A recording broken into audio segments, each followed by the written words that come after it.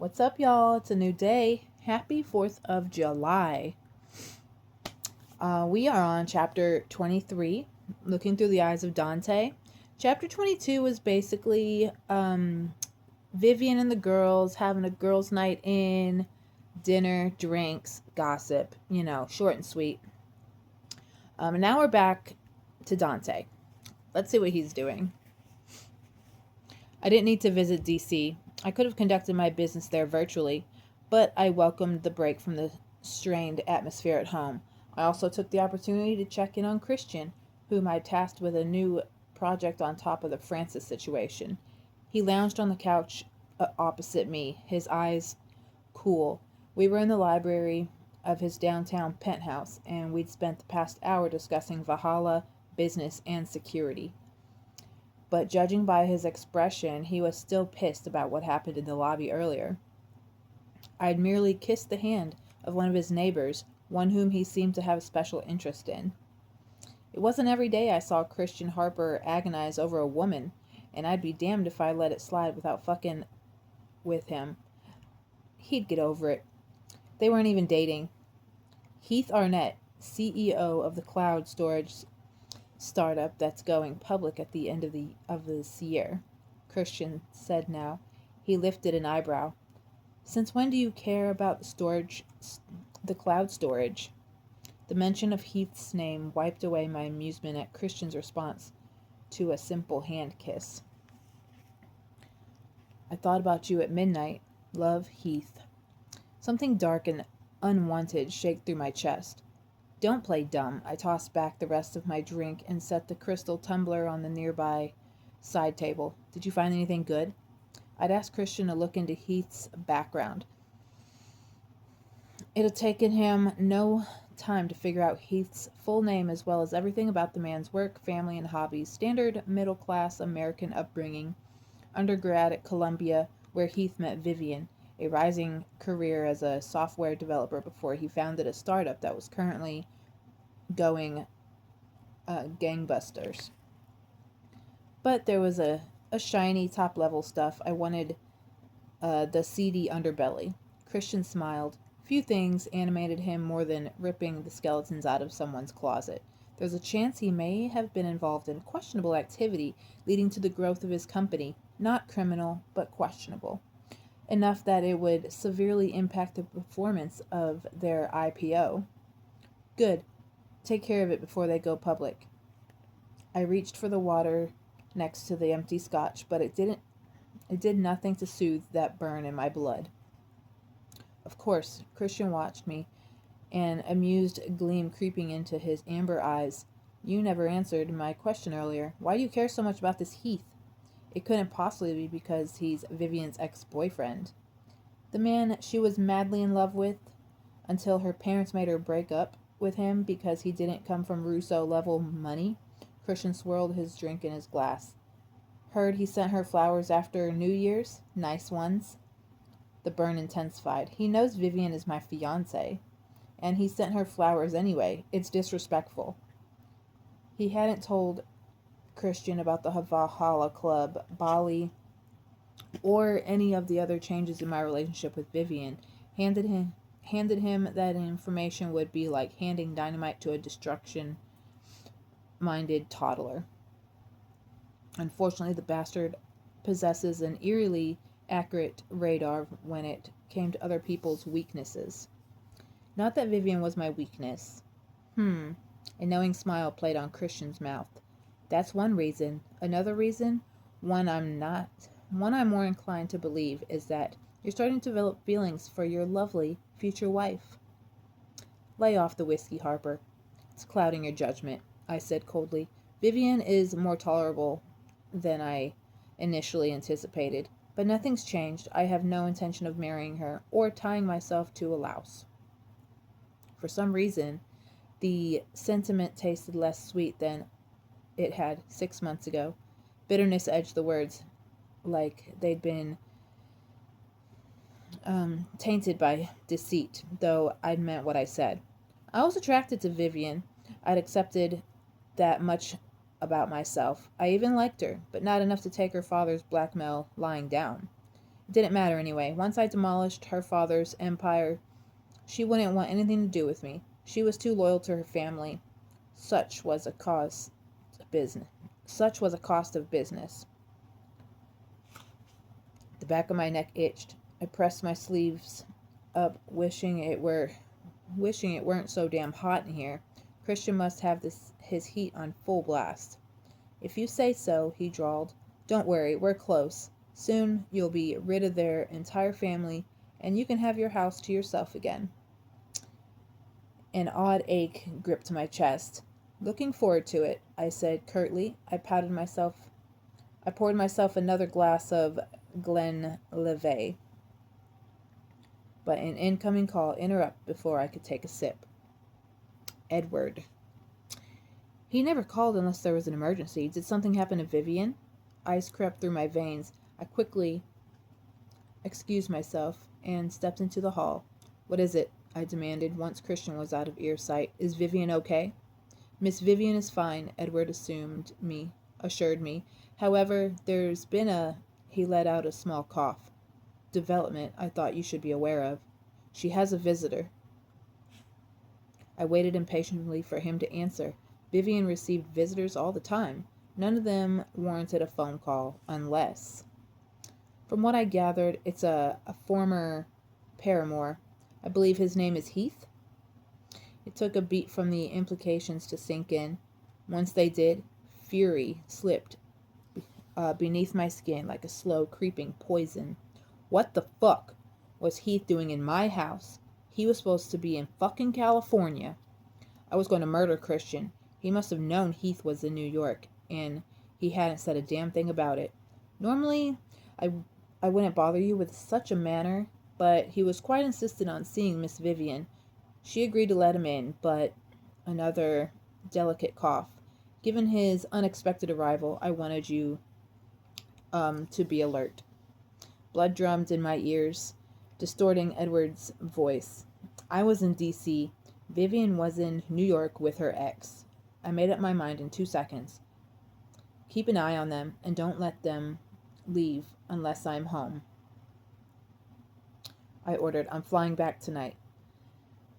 It was an 8-minute commercial flight between the cities. My jet could make it in 80-minute commercial flight, but his jet could make it in 50 minutes. Hell yeah. It's a fast jet. Yes, sir. I hung up and re-entered the library. Part of me wanted to strangle Christian for purposely withholding information from me, but I had a more pressing issue at hand. I have to go back to New York. I grabbed my jacket off the back of the couch. There's a personal matter I need to deal with. Christian looked up from his phone and slid it into his pocket. Sorry to hear that, he said mildly. I'll walk you out. Pinpricks of anger and something else vibrating beneath my skin on our way to the foyer. Fear. What the fuck was I afraid of? Heath wanted a second chance with Vivian. He wouldn't physically hurt her. I trust Edward to manage the situation. One call from him and my home security team would have Heath wishing he'd never stepped foot east of the Rockies. But what if Vivian wanted to see him? Our relationship hadn't been the warmest since our office argument. She could have called Heath over while I was away. Heath could be convincing her to give him another chance right this minute. It shouldn't matter, considering our match was doomed from the start, but for some unknown reason, it did. Christian and I reached the front door. This personal matter, he said as I exited into the hall. Wouldn't happen to be Vivian's ex-boyfriend showing up at your house, would it? Surprise halted my step, followed by the cold blast of fury. I turned, my glance lasered in on Christian. What the fuck did you do, Harper? I merely facilitated a reunion between your fiancé and an old friend, he said casually. Since you enjoyed fucking with me so much, I figured I'd return the favor. Oh, and Dante? His smile lacked, and a hint of humor. Touch Della again, and you'll no longer have a fiancé. The door slammed in my face. Red dotted my vision until it coated the walls, and floor with crimson. That fucker. Under normal circumstances, I wouldn't let his threat slide, but I didn't have time for this bullshit. I'd deal with Christian later. It took 10 minutes to reach my jet, 50 to land in New York, and another 30 to arrive at my apartment. Plenty of time for my fury to reach a full boil. I should have handled the Heath situation myself instead of delegating to Christian. He was good at his job, but he weaponized any and all information at his disposal. Then there was fucking Heath. I hadn't received any urgent updates with Edward, but the thought of him being in such close proximity to Vivian for almost 2 hours set my teeth on edge. When I reached my apartment, Edward greeted me at the door, his face carefully blank. Good evening, sir. Where are they? He didn't blink an eye at my curt response. The living room. I was gone before the last word fully left his mouth. What could Heath and Vivian have been doing all this time? What were they talking about? Had they been in contact since he sent her those roses? I stopped in the living room doorway. My eyes immediately found Vivian, who was backed against the wall next to the fireplace. Heath towered over her, his body partially obscuring her from view, fire igniting low in my gut. I walked toward them, my steps silenced against the thick rug, my muscles coiled with each stride. I told you I didn't text you. Vivian's soft exasperations drifted into my ear when I was near. Neither of them noticed my arrival. I don't know what happened, but the message isn't from me. You don't have to lie to me. Heath's voice needled my skin like tiny annoying wasps. I wanted to reach down his throat and yank his tongue out. You don't want to marry Dante. We both know that. You're only with him because of your parents. Look, just wait until my IPO, okay? Postpone the wedding. I can't do that. Exasperation edged into weariness. I do care about you, Heath. I always will. You're my first love. But I'm not. I can't do that to Dante or my family. Were? The needling voice tightened. Heath. I still love you. You know that. I'll always love you. But if it weren't for my parents, his head lowered. Damn it, Viv. It was supposed to be us. I know. The thickness of her voice made my gut twist. But it's not. Do you love him? My gut twisted further at Vivian's long pause.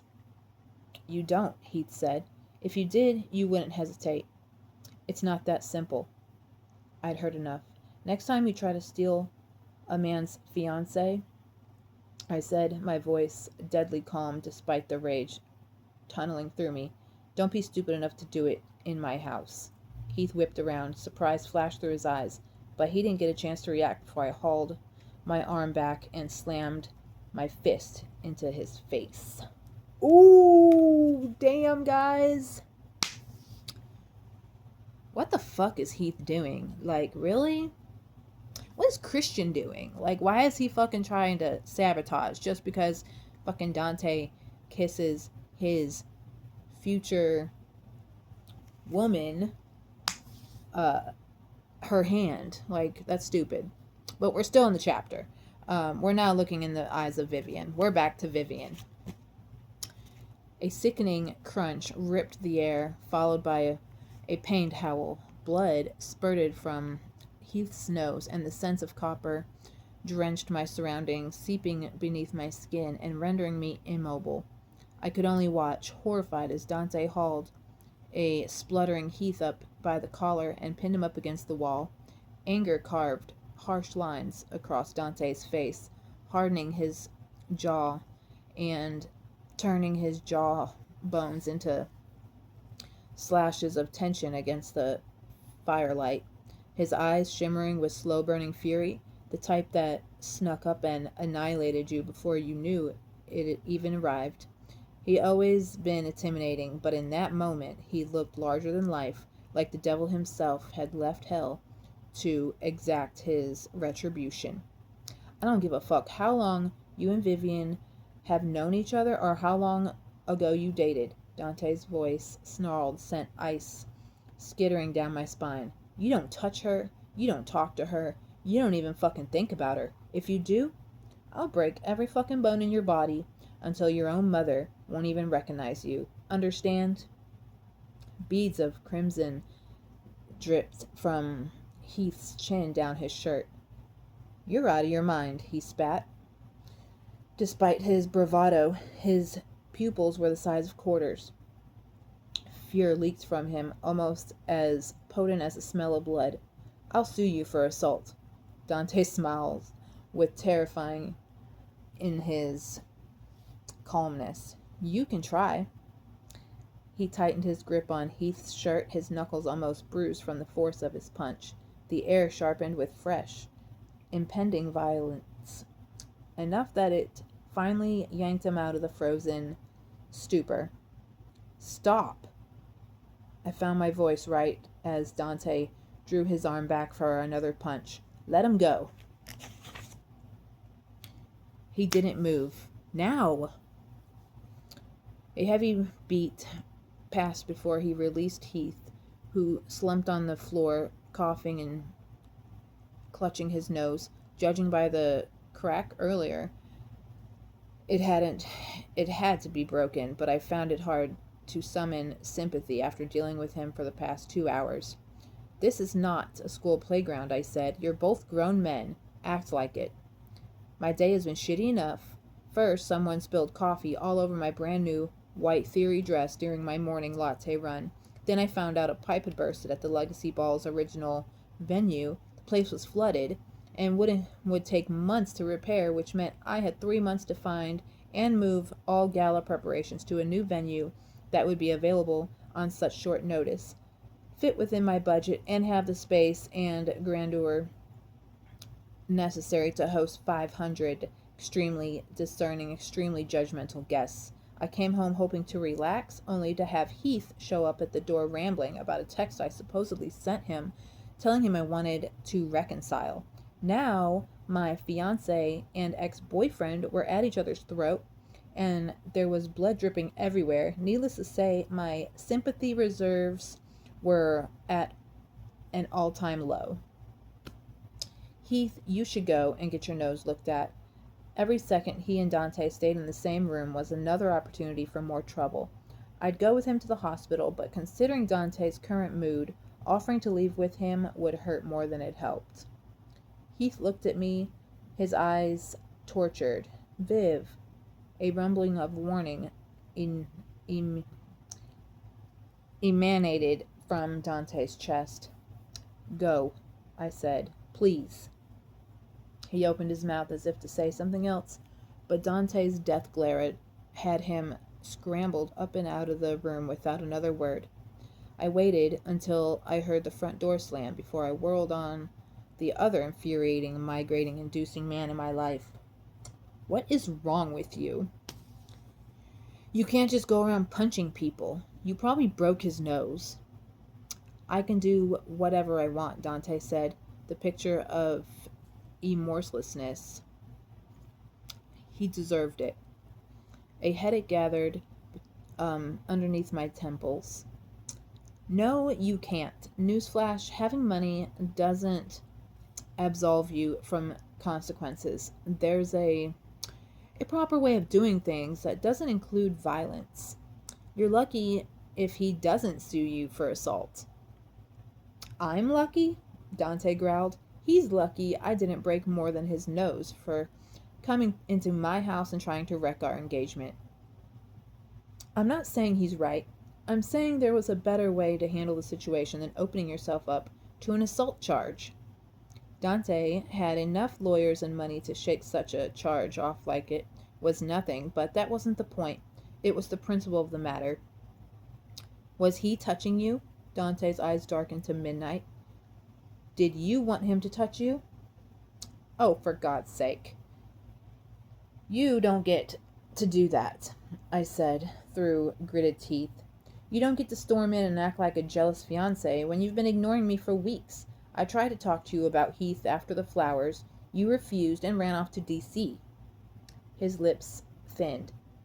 I haven't been ignoring you, and I did not run off to DC. You gave me the cold shoulder, avoiding eye and verbal contact, and communicated in caveman grunts and via a third party at most. That's the textbook definition of ignoring. Dante stared at me, his face like granite. Frustration bubbled in my chest and rose up in my throat. You open up, then you shut down. You kiss me, then you leave. We've been doing this back and forth dance for months, and I'm sick of it. I lifted my chin, my heart wavered beneath an onslaught of nerves. I just want to know, once and for all, is this still only business or is it more? A muscle flexed in Dante's jaw. It doesn't matter. We're getting married either way. It does matter. I'm not playing this game with you anymore. My frustration morphed into anger, turning my words into blades. If this is business, we'll treat it as such. We'll produce an error, smile for the cameras in public, and live our lives separately in private. That's it. It wasn't the life I would have chosen, but I was in too deep to back out now. At least then I'd know where we stood and adjust my expectations accordingly. No more overanalyzing every crumb of intimacy, searching for something that wasn't there. No more hanging on to the hopes Dante would change and I'd be one of the lucky ones who'd arranged marriage turn into love. Live our lives separately in private? Dante's voice dropped in a dangerous decibel. What the fuck does that mean? It means exactly what it sounds like. We do what we want, discreetly, and we don't question the other about it as long as it doesn't affect our public image. My words faltered at the storm gathering in his eyes. Are you talking about an affair, Vivian? Goosebumps erupted in alarm over my chest and shoulders. No, and that's not the point. Answer my question. Is this business or is this something more? He remained silent. Heath was wrong for what he tried to do, but you're upset because why? You're threatened? Territorial? My nails dug into my palms. I'm not a toy, Dante. You don't get to toss me aside and pick me back up only when someone else wants me. I don't think you're a toy, he ground out. Then why do you care? Why did you punch Heath when you were the one who told me to leave our feelings out of this? More silence. The cords of his neck visibly strained against his skin. The tension was so thick I could taste it in my throat, and I pushed forward, unwilling to let him off the hook so easily. We're only together because of a deal you made with my father. What's it to you if my ex showed back up in my life? You know the wedding would move forward either way, I said. Are you afraid I'll break the engagement, run off with Heath, and leave you looking like a fool in front of your friends? Why do you care? I don't know. The force of his reply stunned me into silence. Dante's granite mask cracked, revealing the torment underneath. I don't know why I care. I just know I do, and I hate it. Self-loathing coated his voice. I hate the idea of you touching anyone else or anyone else touching you. I hate that other people can make you laugh in a way I can't. I hate how I feel around you, like you're the only person who can make me lose control when I don't lose control. Every word, every step brought him closer until my back pressed up against the wall and the heat of our bodies enveloped me. But I do. His voice dropped, turning ragged. With you. My blood thundered into my ears, muffling his words until I was underwater and drowning in a sea of emotions. Shock, hope, fear, elation, uncertainty. They all mingled until they were indistinguishably from each of us. I don't know isn't good enough, I whispered. Once upon a time, it would have been, but we'd passed that marker long ago. Dante's jaw tightened. This close, I could see the hints of gold in his eyes, like flecks of light in a sea of darkness. Heath said he still loves you. Enough to go against your parents and me to be with you. But you broke up 2 years ago, and he didn't do a damn thing about it until he found out you were engaged. The darkness edged out of the light. You want to know the truth, Vivian? If I loved you as much as he claims to love you, nothing would have stopped me from keeping you. I didn't realize until that moment how easy it was for one simple sentence to dissolve the threads holding my world together. If I loved you as much as he claims to love you, nothing would have stopped me from keeping you. If, I breathed, my throat unbearably tight, hypothetical. The gold disappeared completely, leaving pools of midnight in its wake. A sardonic smile. Yes, Miyakara. Warmth brushed my lips. Hypothetical. My heartbeat slowed, time suspended for a brief agonizing moment, just long enough for our breaths to intermingle. Then a groan shattered the spell, followed by a low curse. That was the only warning I got before Dante yanked me to him and crashed my lips down on mine. Ooh, okay. That was a super long chapter. Super good. Oh my gosh. Oh, I feel some good spicy scenes coming up. Anyways, look out for chapter 24. It's coming. Hit that subscribe button, hit that like button, comment, let me know what you think. Yes, I'm here for it. Toodles.